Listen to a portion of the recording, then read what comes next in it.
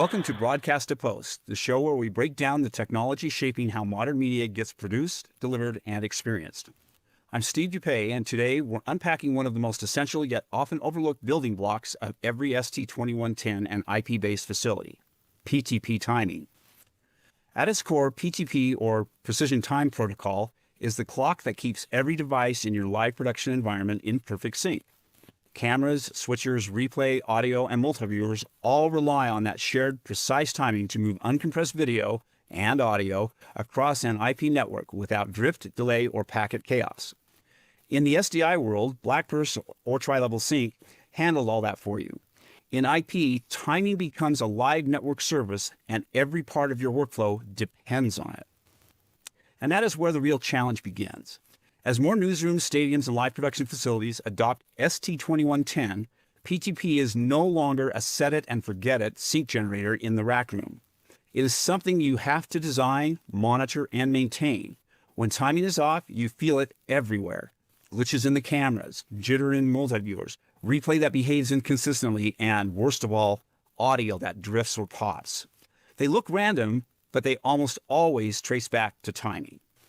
At Keycode Media, we are inside ST-2110 facilities every day, helping teams design, build, and support timing architectures that stay stable long after day one. If your organization is planning or is troubleshooting an IP deployment, reach out to us. We would be happy to help you get your timing environment right before it becomes a problem. And in this episode, we want to give you the clarity and confidence to make PTP one of the least dramatic parts of your workflow, which is exactly the goal. Here's what is ahead in today's session. Key considerations for PTP. We will walk through the timing, network, and vendor decisions every ST-2110 team needs to get it right. PTP Health Check Demo. Nick Kumar and I will take you inside a major all-2110 broadcast facility to show what proper PTP looks like in practice and how to spot trouble. We'll walk through offsets, jitter, domains, grandmaster behavior, and the metrics that actually matter. Lastly, we'll cover what can go wrong and how to fix it. We'll wrap with a real-world breakdown of the most common PTP failures, what causes them, and the configurations that lead to stable, reliable timing. By the end of this session, PTP will not feel like a mystery box. It will feel like something you can see, understand, and keep under control. So let's get to it.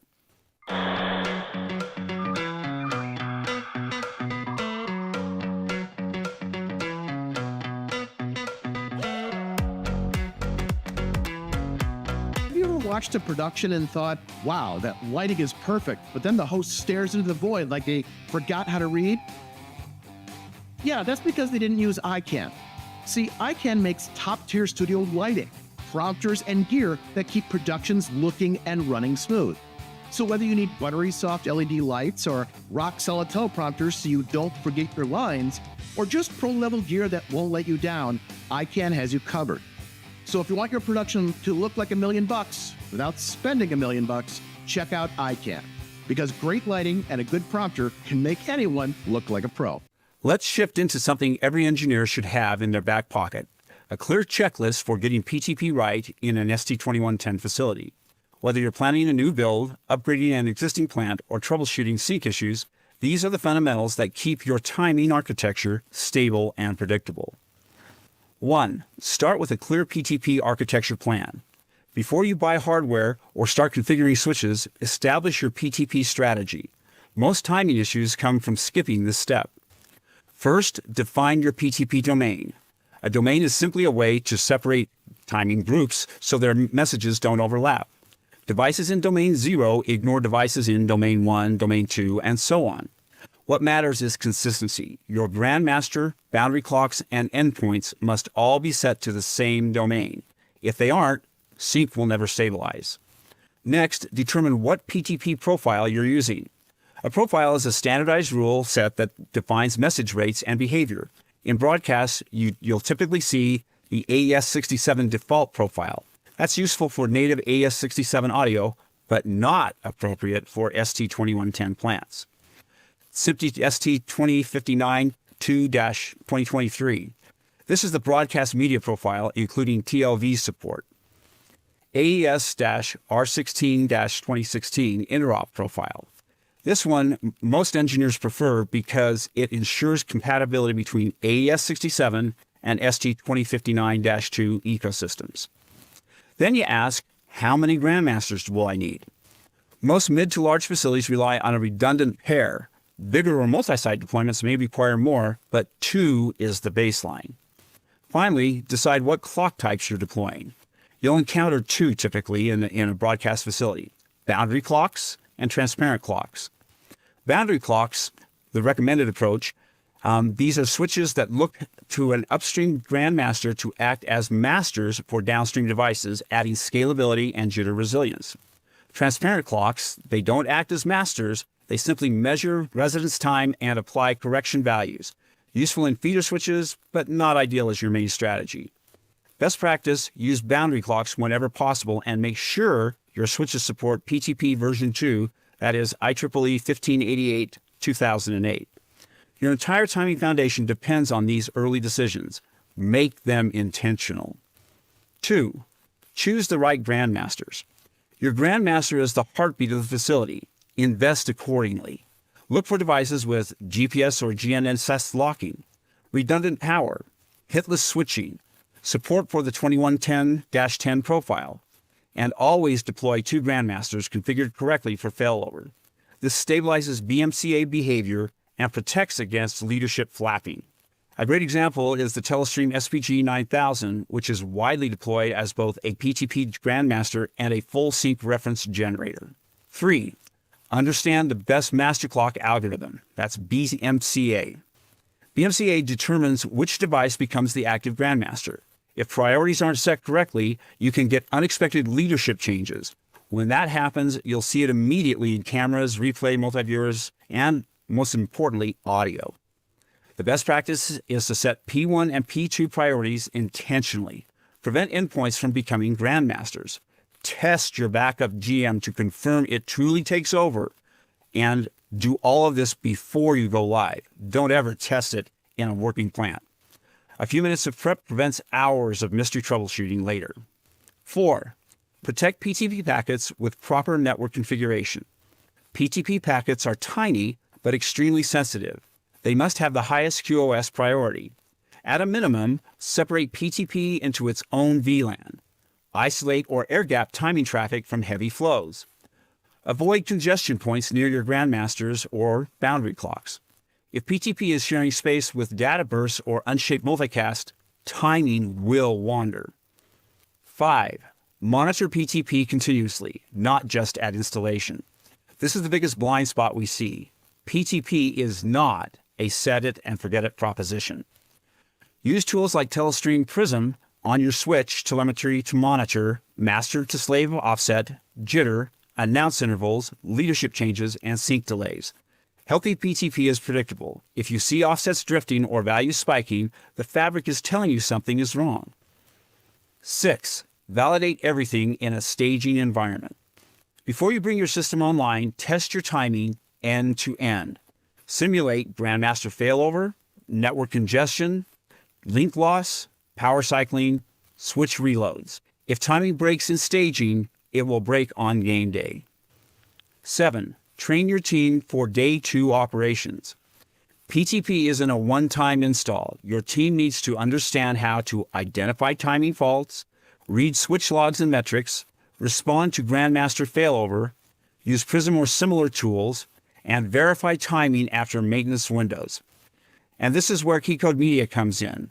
We don't just design and build ST-2110 systems, we make sure your engineering team knows how to operate them confidently long after day 1.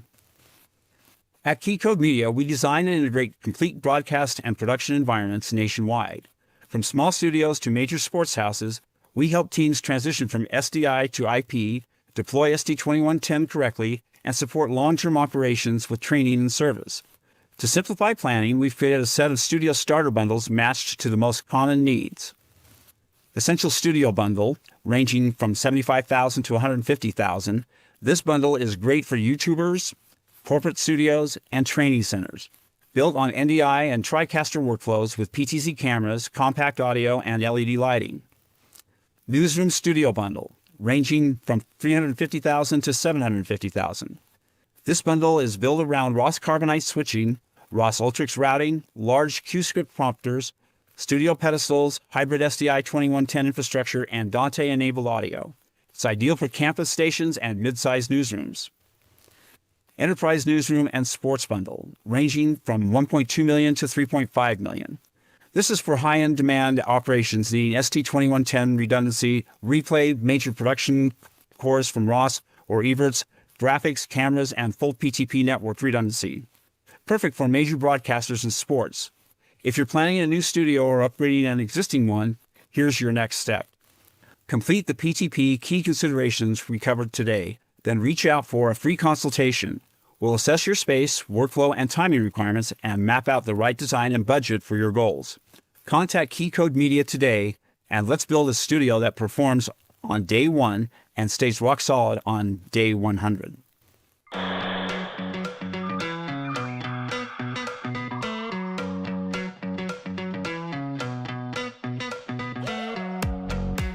This episode is brought to you by ROS Video. From video switchers, graphics, and routing, whether SDI, IP, or even in the cloud, ROS makes live production easy. Trusted everywhere from the biggest sports stadiums to city council meetings, newsrooms, and more. Are you ready to upgrade your workflow? Keycode Media offers the best ROS video pricing and a free consultation, so you get the right products the first time. Trust the experts at Keycode Media and book today at keycodemedia.com. Now that we reviewed the checklist and bundles, I want to show you what PTP looks like in the real world. Nick Kumar, our VP of Engineering, is here with me to discuss the practical side of PTP. Nick, thanks for joining us for this part of the session. Hi, Steve. Glad to be here this morning. All right, we're going to remote into a major sports broadcast hub. All right, so we will be connecting through TeamViewer, and we will be using the Telestream Prism for the demo. If you have not worked with Prism before, it is a very powerful IP and SDI monitoring platform and lets you see timing, signal health, packet behavior, and ST-2110 flows in real time. It is one of the best tools available for diagnosing PTP issues and confirming that your timing environment is behaving the way you expect. Big shout out to the Telestream team for making this possible. With that, let's take a look at this facility's timing system and walk through what proper PTP looks like and how you can spot trouble before it takes you off the air. So what are we looking at here, Nick? Yeah, Steve. So what we have over here is the overview layout of a Telestream Prism.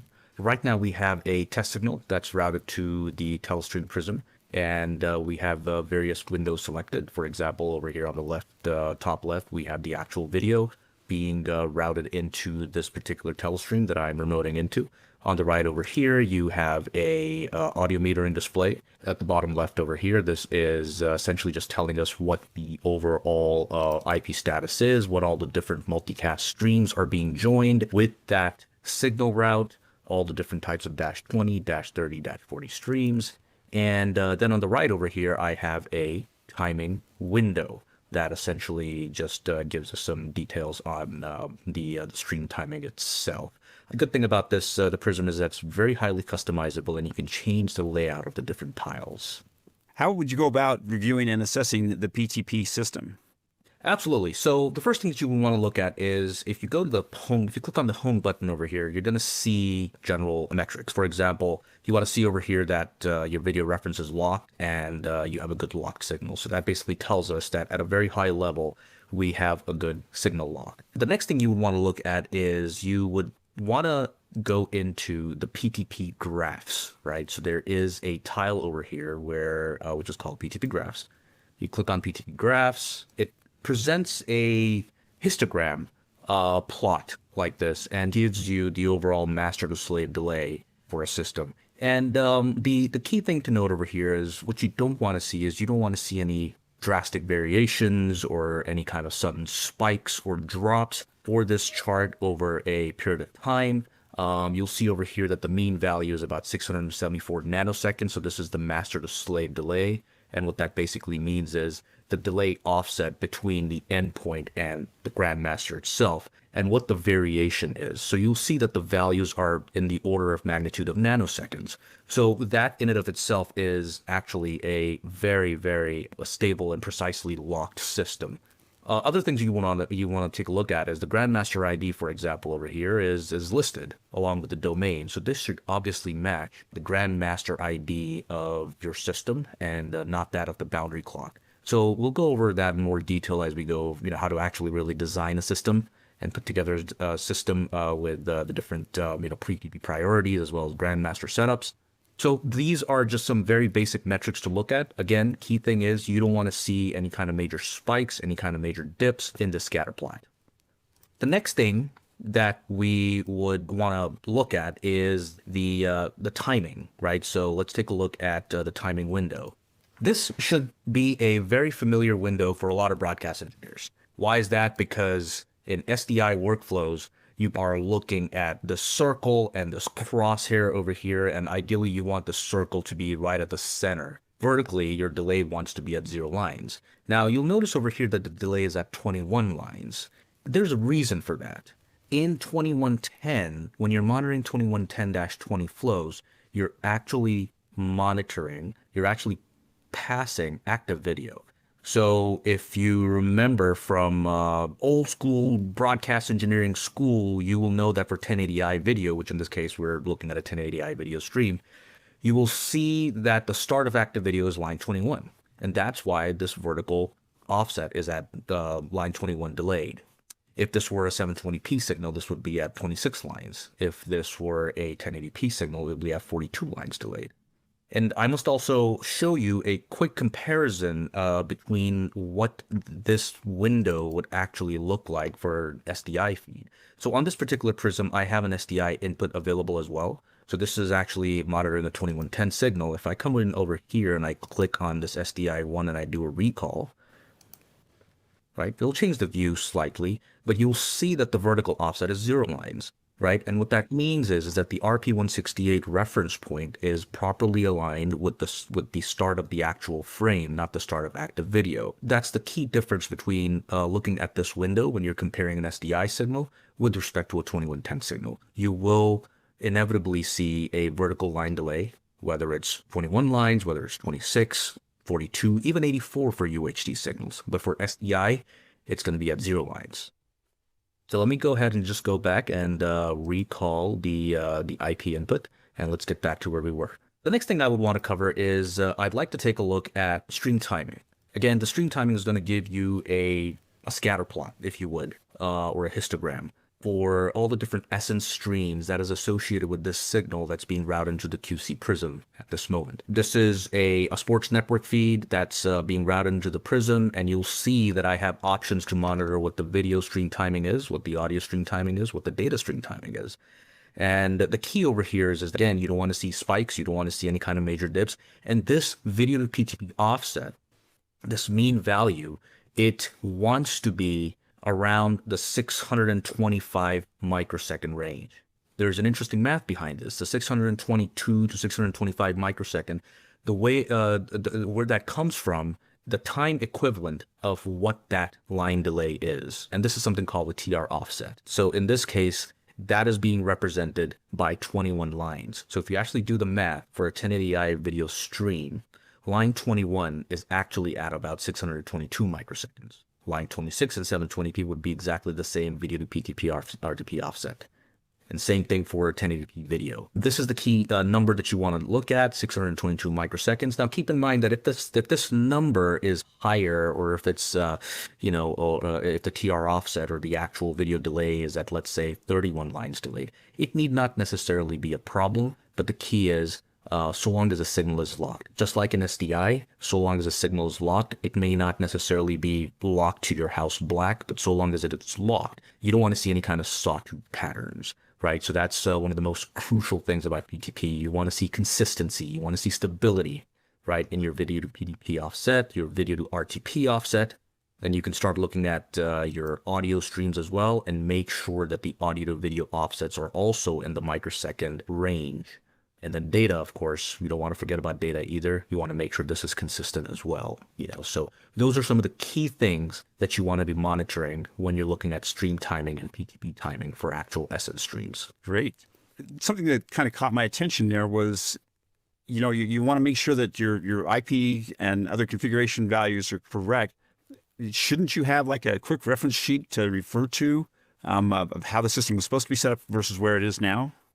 Absolutely. One of the most critical things about designing 2110 systems and the PTP design is to go about properly planning for it. A lot of these things don't just necessarily fall together. They have to be designed, and you have to properly plan for this. So one of the approaches that we typically take is we document and we design for the Grandmaster configuration, the Grandmaster IDs, what types of priorities we're going to use beforehand, and try to document as much as possible. Some of the tools that I use are some Excel spreadsheets that we would use in going about in designing a PTP on a 2110 system.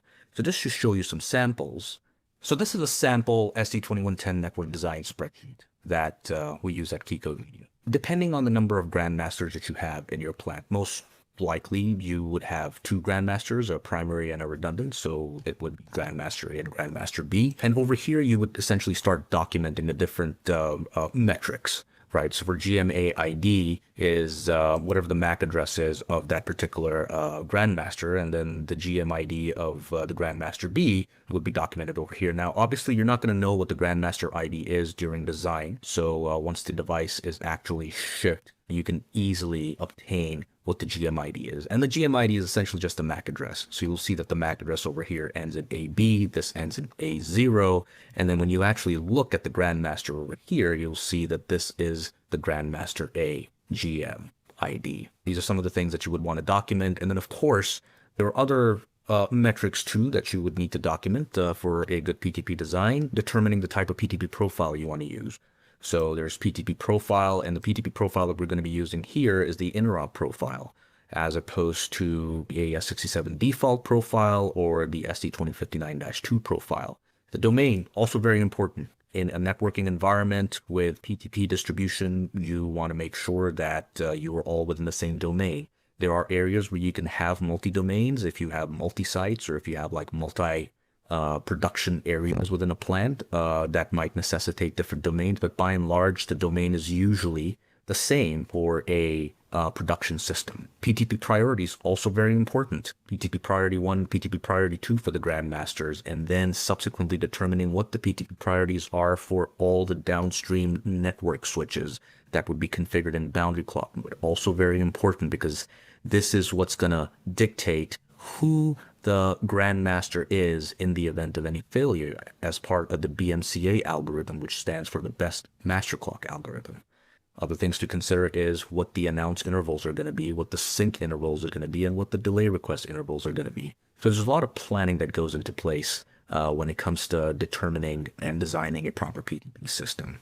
Another thing to basically consider is designing your network topology in a way that is scalable. Here's a sample of a network topology that we've used on a past project. And over here, you basically want to take the data that we just presented and put it on a network topology view. And you'll see that you have your PTP Grandmasters. In this case, it's a Telestream SVG9000 with the priorities set as P1 as 1, P2 as 1.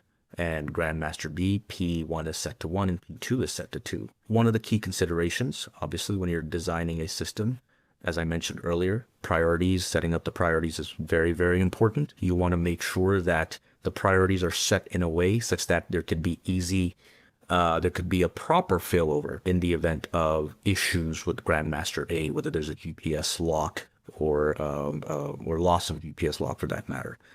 And then, of course, all the downstream devices, the boundary clocks, the switches and everything, you also want to make sure that those PTP priorities are adequately provisioned for. So this is the next step that we would want to do as part of designing a system, building the overall topology in a more user-readable and user-friendly manner. And the last thing we want to go over is a sample ST-2110 stress test checklist.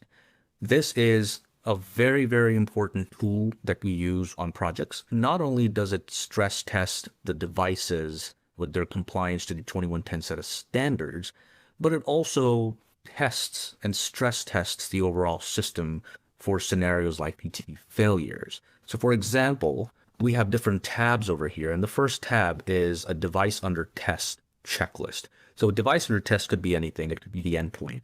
right? And essentially, that's what device under test is. It's the actual endpoint. It could be a multi-viewer, it could be a production switcher, it could be an IP gateway, it could be an audio console, it could be a graphics engine. All these are 2110 compliant devices that you would test against all these criteria. So as you'll notice over here, we have different test types. For example, there's a 2110-10 PTP test type. We're going to do PTP tests. We're going to make sure that the devices are locked. They're locked to the proper domain. And we also want to make sure that we're getting the proper PTP delay request messages. And then if you scroll down this checklist, there's more comprehensive testing that we do for the 2110-20 video testing with all these different criterias attached to them. And then we do different tests for 2110-30. Then we do different tests for 2110-40. And then, of course, then we do a final test for 2022-7, which is your seamless packet switching across your red and blue fabrics. So essentially it's redundancy in your ST2110 streams. And then the next thing we would want to do is we want to make sure that the network fabric is configured properly, right? And you would want to simulate some of these failure tests within your network fabric. So we'll start off with a physical layer test and then followed by checking the interface layers. And then we're going to do an actual PTP failure test. And so these are some of the commands that we would use depending on the type of switches we're using. If we're using an Arista network or a Cisco network, the syntax for the command line interface may be slightly different, but the general idea is the same. We want to be able to mimic this stress testing before the system goes in production. Of course, there's multicast testing that we would do. There's some routing tests that we would do, and then uplink tests. And then another thing I have over here, just for everyone's edification, this is a test for EDM. If you are putting in a Dante Domain Manager, these are just some simple test criteria to test against.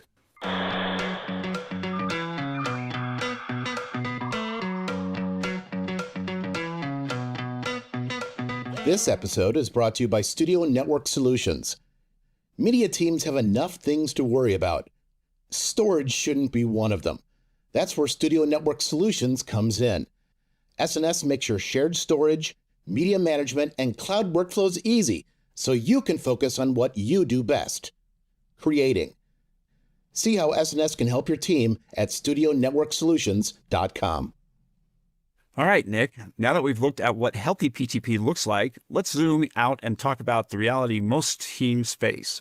PTP is one of those things that feels simple on paper, but in the real world, I should say, there are lots of ways it can go sideways. And when it goes wrong, it impacts everything. Cameras, replay, multi-viewers, audio tallies, you name it. Yes, absolutely. In IP facilities, PTP and timing are the foundation of a stable and reliable media fabric. The network architecture should be designed with proper planning in mind for current scale and future growth.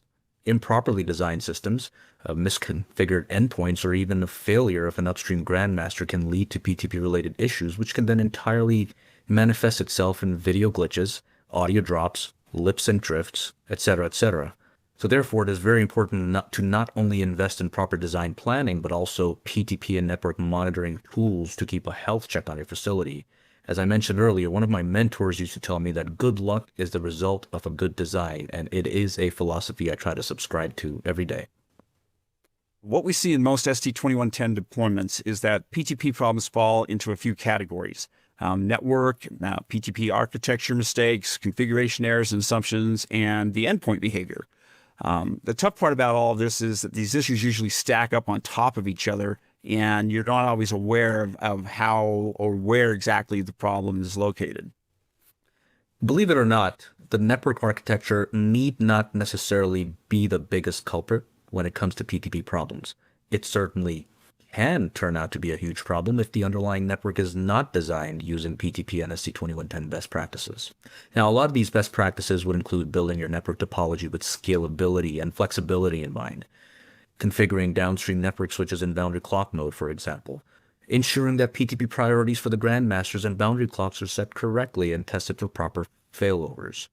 I recently saw an issue with a TV station where the GMA priority 1 was set to 0, and GMB priority 1 was set to 1. And there were some GPS-related lock issues on GM1. So you would typically see Grandmaster B take over as a Grandmaster in this type of situation due to a better clock accuracy. But it was not possible since priority 1 on Grandmaster A had a higher priority of 0. So causing it to always stay active as primary GM. So these are the kind of things that we need to be mindful of when we are doing design of PTP systems. A lot of other times, it usually boils down to misbehaving endpoints due to configuration errors. For example, the domain may not be set correctly on the endpoint, causing it to cause video flickers or audio drifts, or perhaps there's an AES-67 compliant device that expects a different PTP profile with different messaging rates that the boundary clock is sending.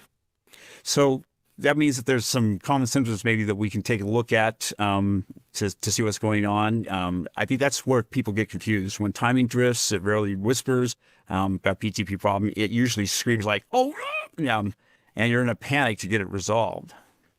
Yeah, absolutely. You'll see jitter or video drops on multiviewers, program outputs, cameras dropping frames, replay acting sluggish or inconsistent, audio drifting a bit, or encoders freezing for a frame or two. Unfortunately, if you are troubleshooting a problem like this, you have to move your way upstream in the chain from narrowing down to the issue at the endpoint level, ensuring the endpoint is not misconfigured or something does not look off. Then moving up the boundary clock or network switch it is connected to and ensure proper PTP messaging is taking place and there are no issues at the boundary clock level with BMCA related grandmaster changes. And then keep working your way up to identifying root cause. A small PTP related misconfiguration can be very problematic. Indeed, especially if you're in an on-air production environment. And another area where facilities get into trouble is mixing standards. We like to think everything in an ST-2110 plant just plays nicely together, but timing profiles are not identical across audio, video, and legacy gear, correct? Oh yeah, absolutely, for sure. So this goes to the part of the design where in order to build a reliable system, one must not only architect the network properly, but also understand the endpoint requirements. There are AES-67 native devices that require the AES-67 default IEEE 1588-2008 profile, whereas most ST-2110 native endpoints commonly use the SIMPI ST-2059-2 profile. If you have a mixture of both types of endpoints, I recommend using the AES R16-2016 PTP profile, which is a PTP profile that provides interoperability between the AES-67 and 2059-2 profiles with a common range of messaging intervals. AES-67 native endpoints can also become the PTP master, whereas 2110 does not allow endpoints as taking over as PTP masters. Therefore, it is important to make sure that PTP role masters are set on your boundary clock network interfaces to disallow endpoints from becoming PTP masters and causing timing issues across your system. Of course, then there's always the Dante factor. Most newer Dante devices with firmware versions 4.2 or later can support external PTP v2 clocks. However, in a lot of applications, you may end up with one Dante device in a domain that acts as the Dante leader for that domain with a PTP v2 upstream connection. This endpoint can then act as a PTP v1 boundary clock to other Dante endpoints in that domain. You would need something like Dante Domain Manager to orchestrate this type of boundary clock into the Dante world. So these are some of the things to be mindful of. And of course, well-architected network and PTP design are essential for proper ST-2110 operation. But what are some of the best practices to which you should pay attention to get it right and avoid on-air issues? Some most basic things are to make sure that you have the latest firmware or software versions on your PTP grandmasters and network fabrics, and of course all your corresponding endpoints. From a PTP standpoint, pay special attention to the priorities P1 and P2 in your grandmasters and downstream boundary clocks. Make sure that the endpoint-facing boundary clock interfaces have PTP role masters enabled so that a rogue endpoint cannot become a PTP master. Also make sure to conduct proper PTP failure tests before launch and simulate various failure scenarios. This is the best time to test application against theory. Of course, needless to say, please do not do a PTP failure test on a live broadcast system. And from a network configuration standpoint, at a very high level, try to use layer 3 routed systems with each interface configured as a layer 3 port on a /30 subnet. This is a great method to limit your broadcast blast radius and to also protect you from stuff like multicast MAC address aliasing and also ensuring multicast fast drops for endpoints sending multicast occurs that are misconfigured with the wrong IP. And then there's the classic, everything was working until someone updated a switch or a device's firmware, and then everything seems to go to pieces. Oh yeah, absolutely. And that's where proper maintenance best practices come into play. Obviously, this would include testing failure scenarios adequately and referring back to your documented results of failure testing before launch for confirmed expected behavior. Anytime, even if there's a minor change, remember causality. A change somewhere in the chain can cause a downstream endpoint or element in the path to misbehave. That is why when maintenance needs to be done to a system, it must also be properly planned, especially if you're in a live production environment. Thankfully, the tools have gotten much better for monitoring and analysis. Telestream's Prism is one of the best ways to visualize offsets, jitter, domains, and BMCA behavior. You immediately see where timing is coming from and whether or not it's stable. Oh, absolutely. On the infrastructure side, for example, grandmasters from companies like Telestream or even Mindberg or Brainstorm are extremely reliable. And for network routing and switching, Arista and Cisco are two most consistent platforms for predictable boundary clock behavior and strong PTP visibility. Streaming telemetry tools for advanced network monitoring also becomes an essential troubleshooting tool. For example, Arista Cloud Vision Portal, Cisco NBFC, or even something like Providius NBRT. Yeah, so if we boil all of this down, PTP usually fails when architecture, configuration, and network don't properly align. It's rarely one specific issue. It's usually a combination. That's right. And the key is proper planning, whether you are building a new system or about to perform maintenance on an existing system. Other important factors are consistency, consistent profiles, consistent firmware, and continuous monitoring. If you treat PTP as a living network service instead of a box in a rack, the entire system becomes dramatically more stable. Thanks a lot for going through all of this with me today, Nick. I sure learned an awful lot that I thought I knew, but there's some key points here that I didn't. So thank you again. These are definitely insights teams need to know before they end up troubleshooting their timing in the middle of a show. Absolutely. Thank you, Steve. Thank you for having me.